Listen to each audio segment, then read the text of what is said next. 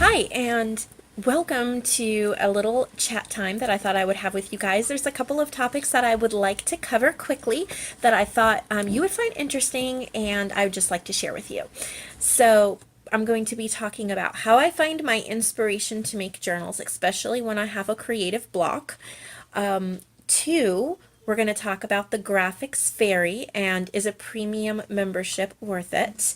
And then three, I'm going to give you a little bit of a sneak peek for my naturalist journals that I'm working on. And they all tie together because obviously I'm working on the journals, how I found inspiration for them. I found some images from the graphics fairy for them.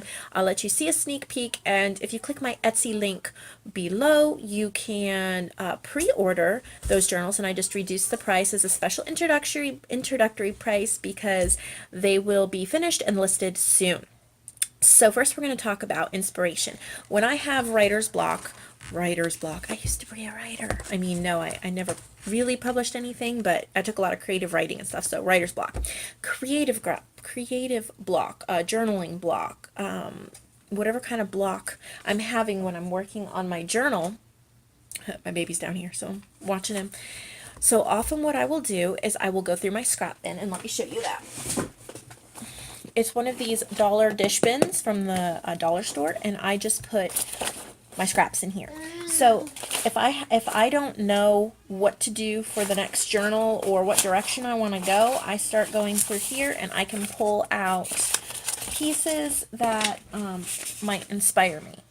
And that is one of the main ways. A lot of times in the evening, if I don't really have time to work on a whole journal, but I just want to work on something, I will pull this out and start going through it, cutting out tags out of little pieces, punching out book plates and different things like that. And then if I come across an image that I want to turn into a journal, I usually set it aside so that when I have time after my custom work for the day, I can get the cover or whatever started for that.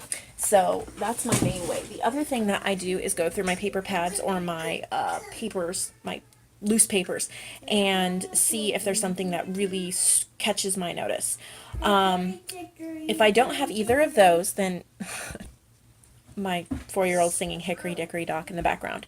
Anyway, so the other thing that I will do is look for vintage images, whether they're in books or online. The pre-1922, pre-1923, all of that's in the public domain, and I'll find something that really catches my attention that I want to use on a cover or I want to incorporate into a book. And one of the great places to find that, now you see my cat, my 4-year-old, my baby, it's just a zoo here.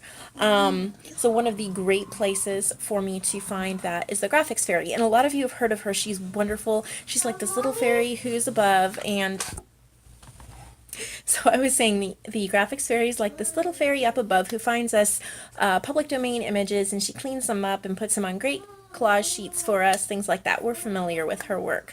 But she has a members only site. For about $10 a month, you get access to all of her files. And she has well over 100. This is not a sponsored post. I did not get a free subscription. I paid for my subscription. I am just sharing this with you. I would suggest that if you make a lot of crafts or you have a decent amount of time, that you sign up for 1 month. At least, because you can go through and download them to use at a later time.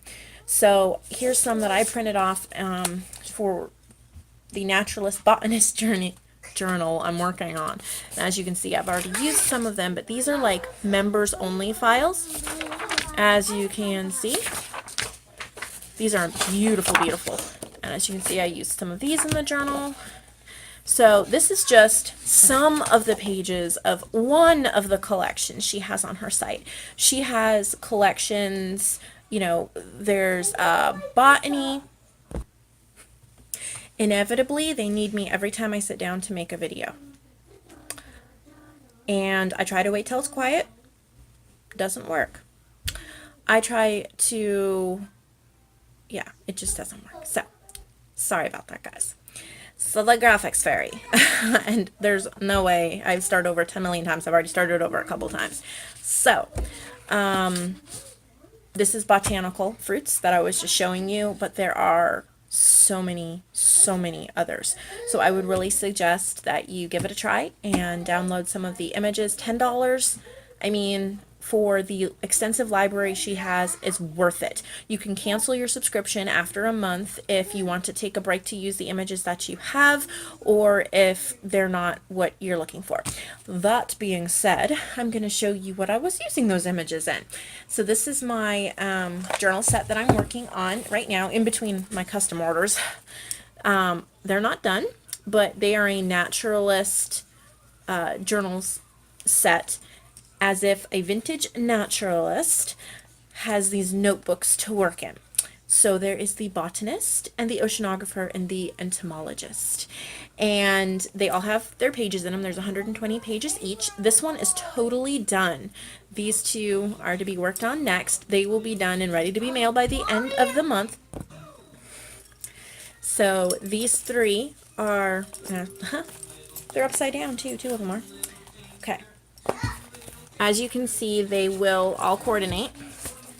And I'm not going to do a flip through or anything right now, but all this to say, when I decided the theme I was going to do, one of the places I went to get a lot of the images was the Graphics Fairy, because she has amazing digital folders full of this stuff put together for me already. So I also use some design, old design shop and other things as well, but I have used the Graphics Fairy. So amazing, amazing, amazing resource for junk journals. Also to say, there is a pre-order for this in my Etsy shop. I just reduced the price a little bit as kind of a welcome to my Etsy shop journal release, or whatever you want to call it. These are about to be fully listed. They're listed, and if you go ahead and purchase the pre-sale, they will be shipped directly to you when they are completed, and they won't, I'll put a YouTube video flip through so people can get ideas of how to make their own journals, but it won't be open to the public. You'll be able to get it. Also, just if you order it in the month of August, then if you order the whole set, or at least two of them, you will get a free mini that will coordinate with it. So that'll be pretty cool. Anyway, so this is the entomologist. The cover's not fully decorated yet, but it's not going to be anything creepy. It's going to be pretty beetles and butterflies, and there's a little microscope. Pretty bugs. I don't like the spiders. And then this one will be the oceanographer. And so it's about the conch. It's going to be seashells and ocean maps and ships and all that sort of stuff. So that'll be that one. And then this one I just finished, and all the covers will pretty much look like this. They'll just match their theme.